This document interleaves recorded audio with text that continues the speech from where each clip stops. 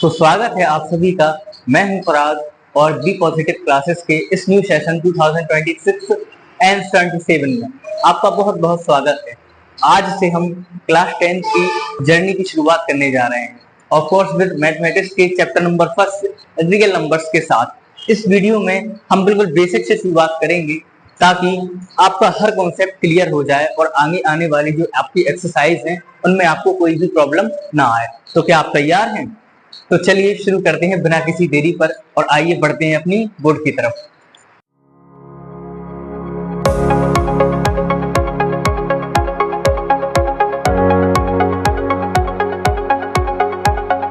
तो सबसे पहले बात करते हैं रियल नंबर्स के बारे में कि रियल नंबर्स आखिर होते क्या हैं।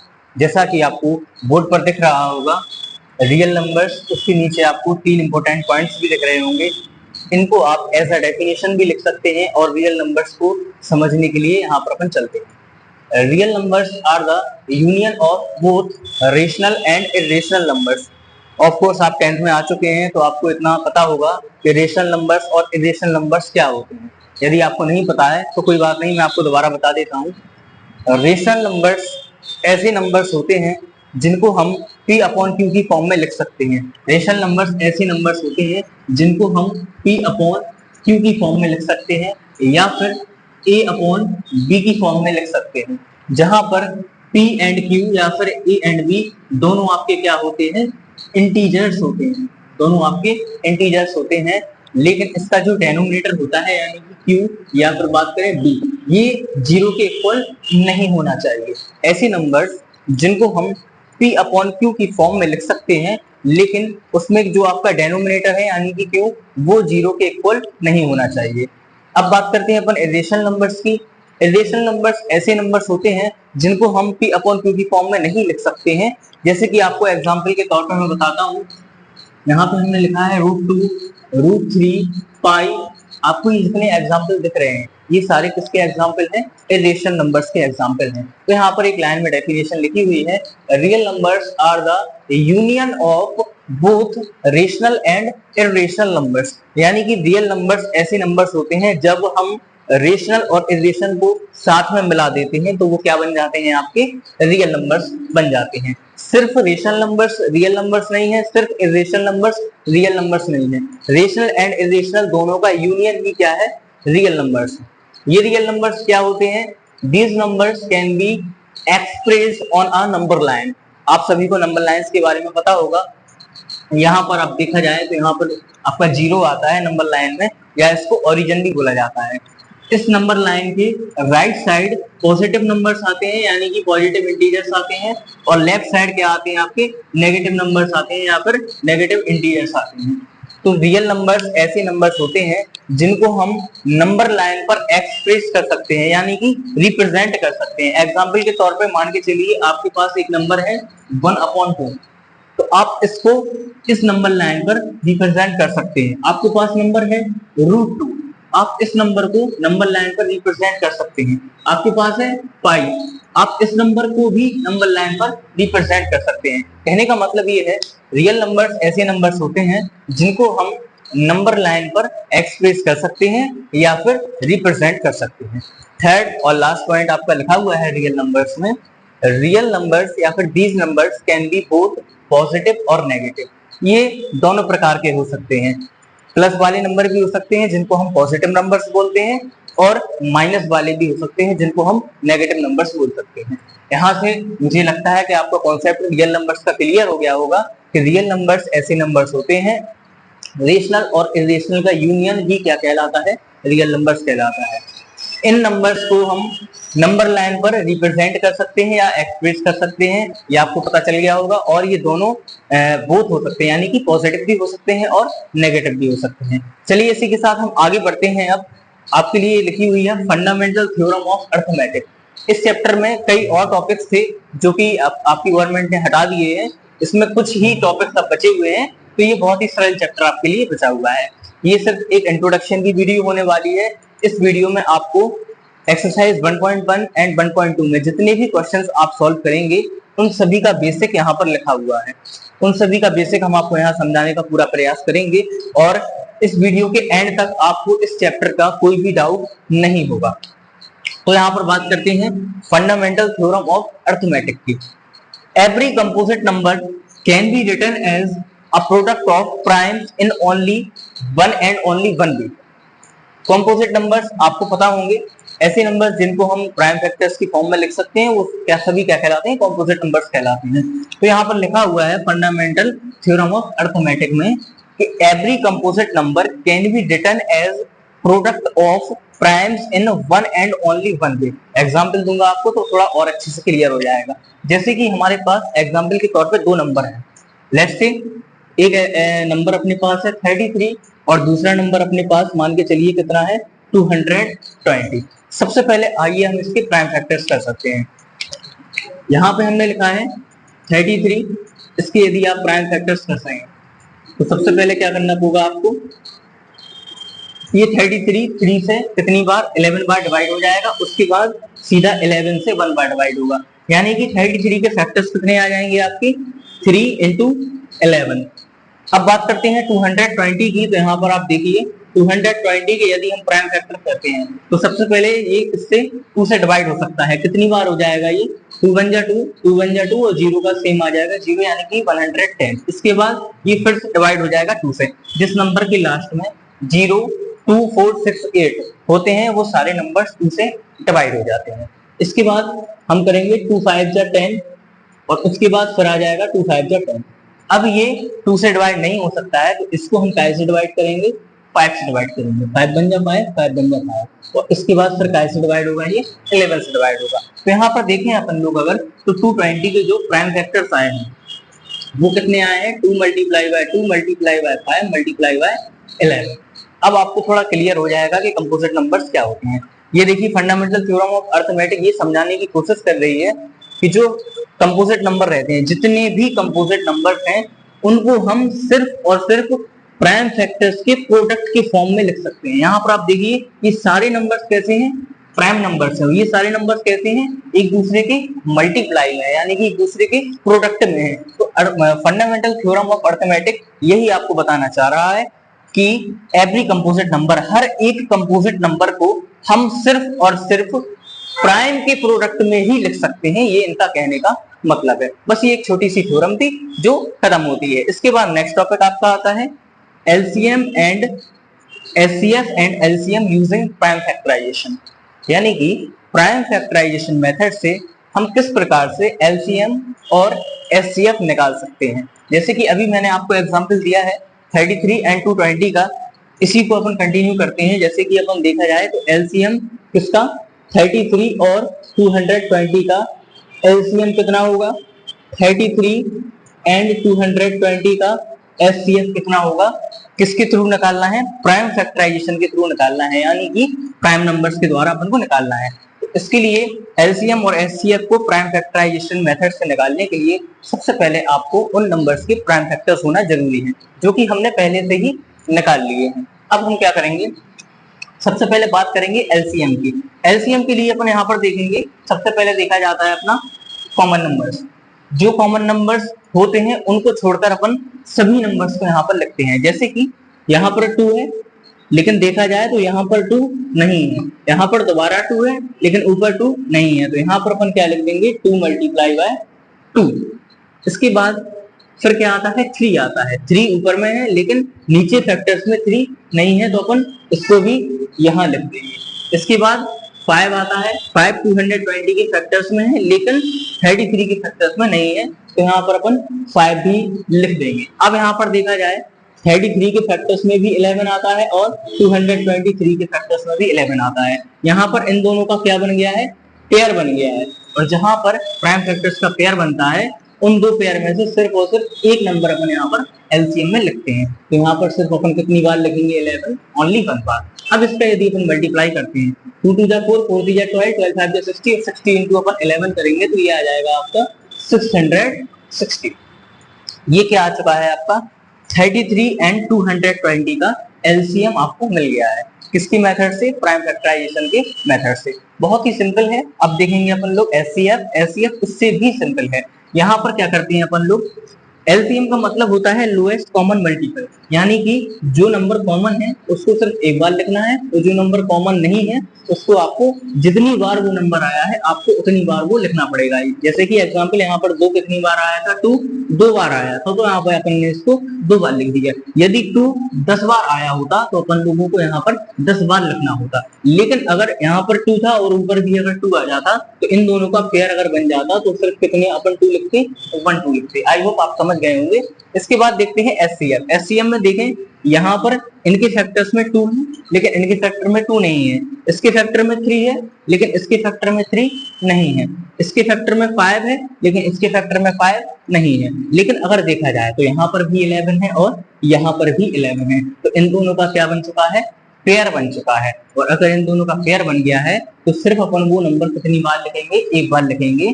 तो एचसीएफ ऑफ 33 एंड 220 कितना हो जाएगा, 11 हो जाएगा, और ये आपका क्वेश्चन सॉल्व हो जाएगा। तो एचसीएफ और एलसीएम प्राइम फैक्टराइजेशन मेथड से निकालना बहुत ही सिंपल है। सबसे पहले आप दोनों नंबर्स के प्राइम फैक्टर्स निकाल लीजिए, उसके बाद एलसीएम जब आप निकालें तो जितने नंबर कॉमन है जिनका पेयर बनना है उनको सिर्फ एक बार लिखिए, बाकी सारे नंबरों का आप प्रोडक्ट कर दीजिए, आपको एलसीएम मिल जाएगा। और बात करें यदि एचसीएफ की, तो जितने भी प्राइम फैक्टराइजेशन में आपको कॉमन नंबर मिलते हैं, जितने भी पेयर बनते हैं आप उनको लिख दीजिए। यदि पेयर एक बनता है तो आप एक नंबर लिख दीजिए यहाँ पर, और आपको वो क्या मिल जाएगा, आपको एचसीएफ मिल जाएगा। आई होप आप इतना समझ गए होंगे। अब आगे अपन थोड़ा बढ़ते हैं, relation between LCM and HCF, lowest common multiple and highest common factor. LCM and HCF के बीच में क्या रिलेशन है, क्या संबंध है, आइए समझते हैं।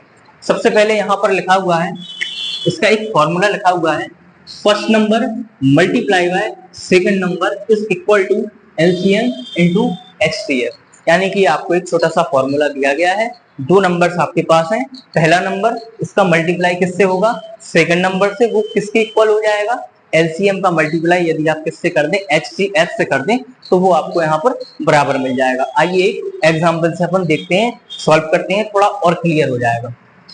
अपन शुरू से ये वाला एग्जांपल लेकर चल रहे हैं, तो क्यों ना इसी एग्जांपल को अपन इस फॉर्मूले में रखकर इसको वेरीफाई करते हैं। देखिए फर्स्ट नंबर अपन मान लेंगे कितना, 33। फर्स्ट नंबर हमने मान लिया कितना, 33, और सेकंड नंबर अपन ने कितना मान लिया, 220।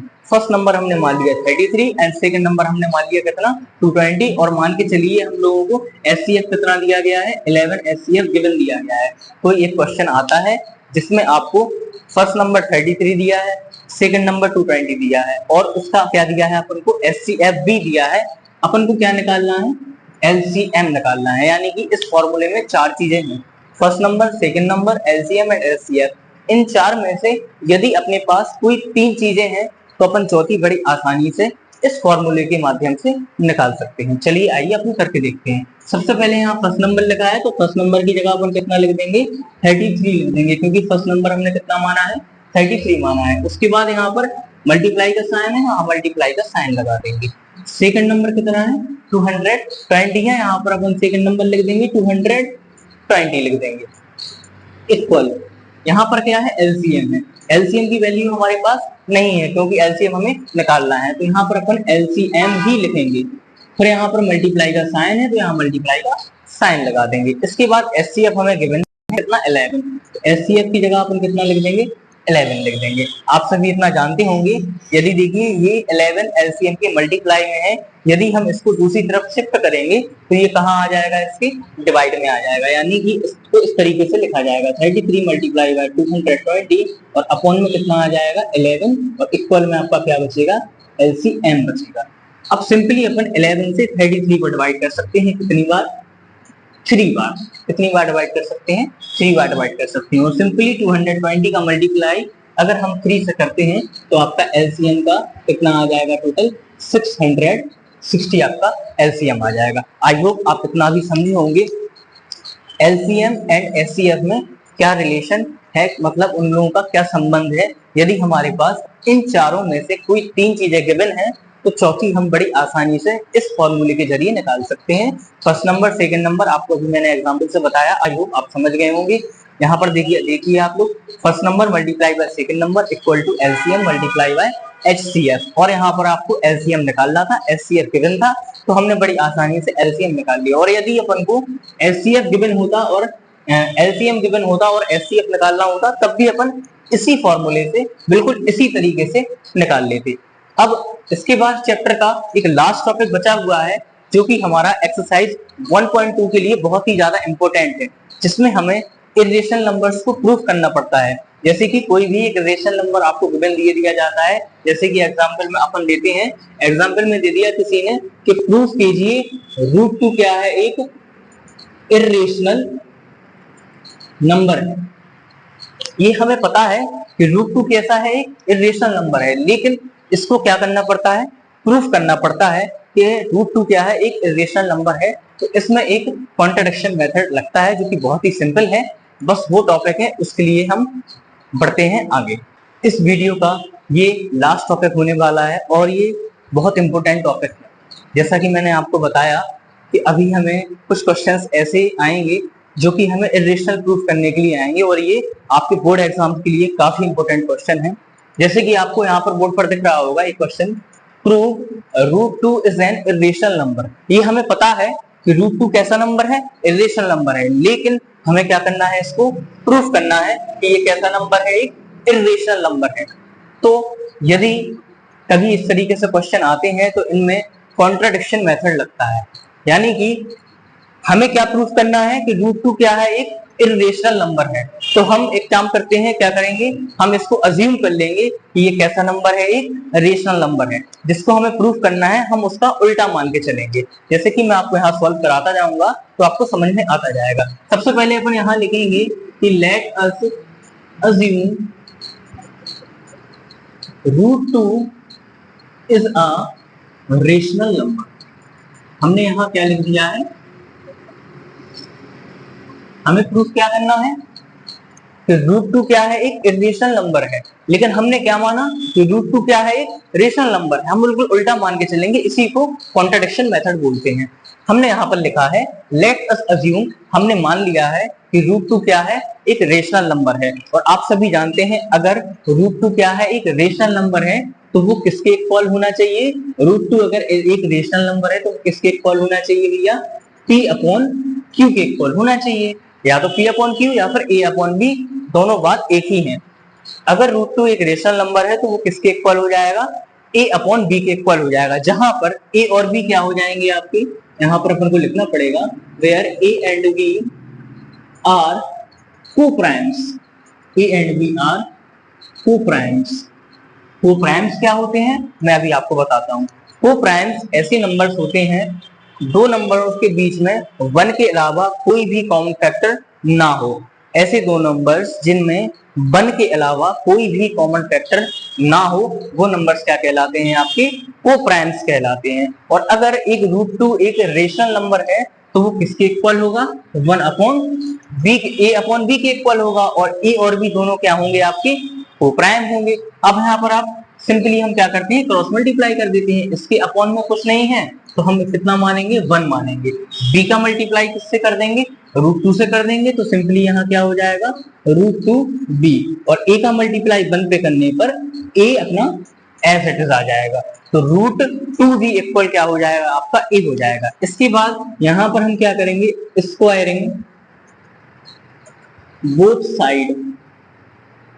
नेक्स्ट स्टेप में हम क्या करेंगे, दोनों की क्या कर देंगे, स्क्वायरिंग कर देंगे, यानी कि इस पे भी क्या चढ़ा देंगे, √2B का होल स्क्वायर, और A का भी क्या कर देंगे, होल स्क्वायर कर देंगे। यहाँ पर सिंपली हमने क्या किया है, स्क्वायर किया है। अब इसको थोड़ा सॉल्व करेंगे अपन, तो स्क्वायर से रूट कैंसिल होके यहाँ पर क्या बचेगा, 2, और B का स्क्वायर हो जाएगा B²। सिंपली यहाँ पर A का स्क्वायर कितना हो जाएगा, A² हो जाएगा। अब यहाँ अगर अपन देखें तो B², किसके इक्वल आ गया है, A² के इक्वल आ गया है। इससे क्या पता चलता है कि A² जो है वो किसको डिवाइड कर देगा, 2 को डिवाइड कर देगा, क्योंकि यहाँ पर 2 कैसा है, इसके मल्टीप्लाई में है। यदि अपन इसको दूसरी साइड शिफ्ट करेंगे तो 2 इसके अपॉन में आ जाएगा। इससे कि अपन को ये पता चलता है कि A² किसको डिवाइड कर देगा, A² किसको डिवाइड कर देगा, 2 को डिवाइड कर देगा। यहाँ पे अपन लिख देंगे here A² is divisible by 2, या फिर लिख देंगे कि 2 इज डिविजिबल बाय ए। यहाँ पर देखिए ए स्क्वायर किसके डिविजिबल है, 2 के डिविजिबल है, तो simply A is also divisible by 2। ये तो बिल्कुल सिंपल सी बात है। यदि ए स्क्वायर इज डिविजिबल बाय 2 है तो ऑटोमेटिकली ए भी डिविजिबल बाय होगा 2 से। यहाँ पर अपन को इतना करके इसको एक फर्स्ट इक्वेशन बनाकर इतना छोड़ देना है। इसके बाद क्या करना है, अब अपन मानेंगे कि लेट ए इक्वल, अब अपन एक इक्वल कोई दूसरी वैल्यू ले लेंगे, एक इक्वल अपन कोई दूसरी वैल्यू, जैसे कि मान के चलिए हमने ले ली ए इक्वल 2c। ये हमने मान लिया कि ए इक्वल क्या ले लिया 2c, और यहाँ पर c क्या है, c is an integer, c कोई भी एक इंटीजर है। यहां तक आपको एक इक्वेशन बना के छोड़ देनी है। आई होप आपको यहां तक समझ में आया होगा।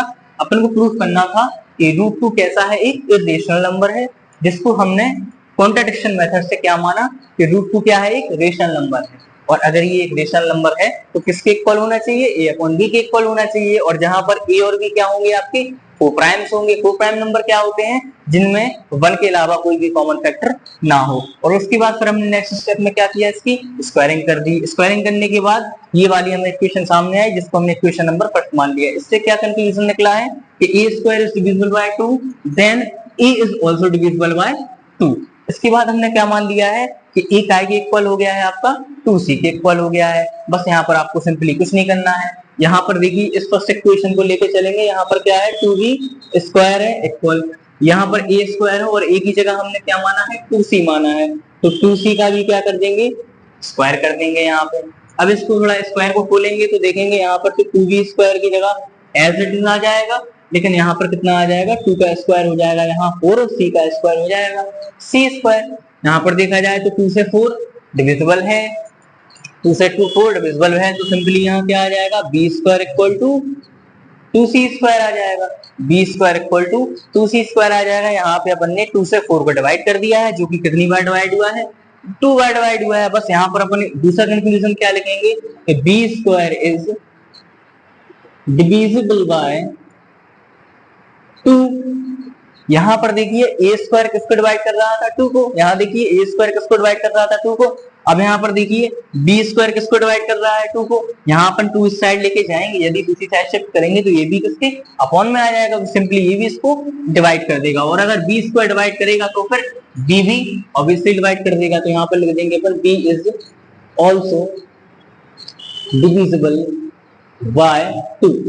इसको अपन क्या मानेंगे, कंक्लूजन 2 मानेंगे। अब यहाँ पर देखें अपन कंक्लूजन फर्स्ट अपन ने क्या निकाला है कि a 2 को डिवाइड कर, यानी कि 2 का फैक्टर a हो गया है, और यहाँ पर देखिए 2 का फैक्टर b भी हो गया है। जबकि a और b क्या है, हमारे को-प्राइम्स हैं, और को-प्राइम्स में 1 के अलावा कोई भी अदर कॉमन फैक्टर नहीं होता है। और लेकिन यहाँ कंक्लूजन क्या निकल के आ रहा है कि a भी 2 का फैक्टर है और b भी 2 का फैक्टर है। तो हमारी जो अजम्पशन थी, जो हमने अज्यूम किया था, वो कैसी साबित हो गई है, रॉन्ग साबित हो गई। यहाँ पर अपन लिख देंगे a एंड b हैविंग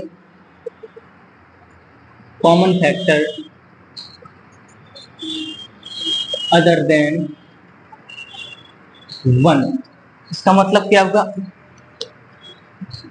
हाँ, इसका मतलब क्या होगा, a एंड b जो हमारे कोप्राइम थे उसमें क्या है, 1 के अलावा भी कॉमन फैक्टर है। इसीलिए अब यहां पर अपन आगे लिख देंगे सो अवर assumption इज रॉन्ग। जो हमने अज्यूम किया था कि √2 क्या है, एक इरेशनल नंबर है, वो क्या हो गया आपका, जो हमने अज्यूम किया था कि √2 क्या है, एक रेशनल नंबर है, वो अजम्पशन हमारी कैसी साबित हुई है, गलत साबित हुई है। तो यहाँ पर अपन ने सिंपली लिख दिया so our assumption is wrong, so √2 is a irrational number. हमने क्या अज्यूम किया था कि √2 क्या है, एक रेशनल नंबर है, लेकिन हमारी अजम्पशन कैसी हो गई है, गलत हो गई है। और अगर √2 रेशनल नहीं है तो फिर √2 कैसा हो जाएगा, इरेशनल हो जाएगा। बहुत ही सिंपल मेथड है, बहुत ही अच्छा मेथड है, बहुत ही सिंपल मेथड है। तो बस यहाँ पर आपको इसी टाइप के काफी सारे क्वेश्चंस एक्सरसाइज 1.2 में देखने को मिलेंगे। और ऐसे क्वेश्चंस आपको बोर्ड एग्जाम में भी 100% आपको देखने को मिलते हैं। तो आई होप आपको इतना समझ में आ गया होगा। हमने इस वीडियो में जितने भी टॉपिक्स को क्लियर किए हैं, ये सारे टॉपिक्स की मदद से आप chapter number first real numbers को कंप्लीट सॉल्व कर सकते हैं। इसके बाद यहाँ पर हमारी वीडियो खत्म होने जा रही है, क्योंकि ये एक इंट्रोडक्शन वीडियो थी और chapter number first real numbers का इंट्रोडक्शन पूरा हो चुका है। इसके बाद एक्सरसाइज 1.1 में जितने भी क्वेश्चंस हैं उन सारों को मैं सॉल्व कराऊंगा नेक्स्ट वीडियो जब भी अपलोड होगी। एक्सरसाइज जल्द ही अपलोड होगी। एक्सरसाइज 1.1 उसमें हम आपको पूरी क्लियर करवाएंगे। उसके बाद एक्सरसाइज 1.2 की भी एक वीडियो बनेगी और वो भी अपलोड होगी, और इसके बाद इन तीनों वीडियो को मर्ज करके मैं वन शॉट भी आपके लिए डालूंगा। आई होप गाइस आपको जितना भी मैंने पढ़ाया है, पढ़ाने का प्रयास किया है, आपको समझ में आया हो, और हो सकता है आपके लिए काफी हेल्पफुल भी साबित हुआ हो। यदि आपको हमारी वीडियो अच्छी लगती है तो हमारे चैनल को सब्सक्राइब कीजिए, इस वीडियो को लाइक कीजिए, अपने दोस्तों के साथ शेयर कीजिए और एक प्यारा सा कमेंट छोड़ के जाइए। तो मिलते हैं नेक्स्ट वीडियो में। Thank you for watching.